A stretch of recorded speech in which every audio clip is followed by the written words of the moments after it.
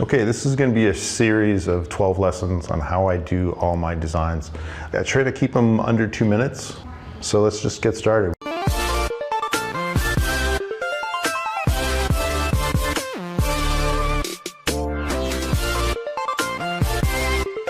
When we're going to do number 7, super simple. It's a lot like number 1.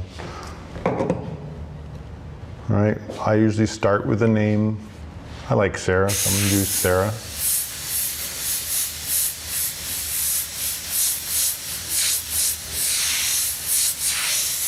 Sarah's one of those names, and you'll probably know this if you've been painting for a while, that some names have better flow.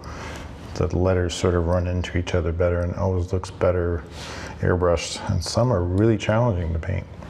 Anyway, so there you go. I got Sarah, and then I just go ahead and do my yellow. And just like before, I'm going to draw 2 solid yellow lines. I'm going to fill it in from here. I'll take a little space and break it up into sections. But I want to make it solid yellow. I'm rocking my trigger back and forth, on, off, on, off, on, off.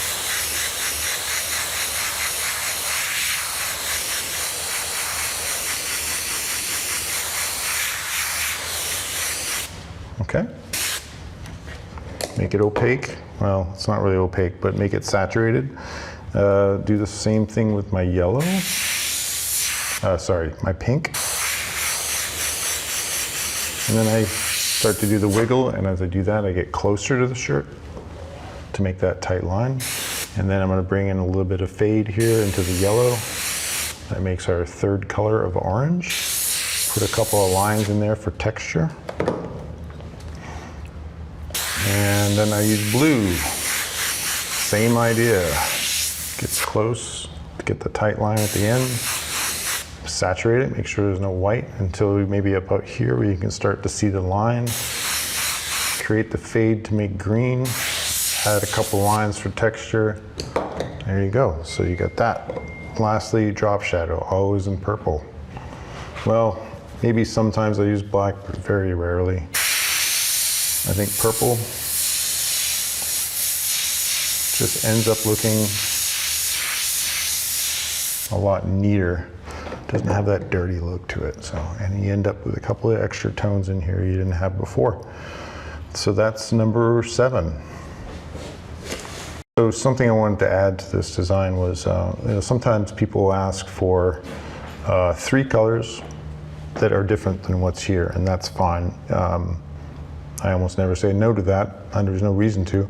But you might want to think about what colors blend into each other a little better. Like purple and yellow, except for maybe a drop shadow where it doesn't matter that much, they don't really make the prettiest colors, so you wouldn't necessarily want to blend them together. You might want to keep them separate. If you have someone who just wants 2 colors, they just want blue and yellow, in that case, then I would probably just put the darker colors on the edge and the lighter color in the middle, so you got blue, yellow, blue. Okay, that's how I would do 2 colors, still having 3 bands. It just looks better. And I find that the darker colors on the outside help to frame the design better, as opposed to doing the opposite, which would be blue in the middle and yellow on the edges. Just, you can think of it in terms of this. If you were standing back 20 feet in a dark room and squinting and looking at the shirt, the first thing you'd see is a blue line across the shirt and no yellow, because it's closer to white than the opposite. So by framing it with darker colors, it just has more balance. Same goes for design number 2. I'm going to bring this back, something I should have touched on earlier. People will ask for pink on the outside and purple on the inside, and that's fine. You can give them what they want. I don't usually try to argue my way through it. But if given the choice, and they want 2 different colors, again, put the darker color on the outside and the lighter color on the inside. It always looks a little better for the same reasons.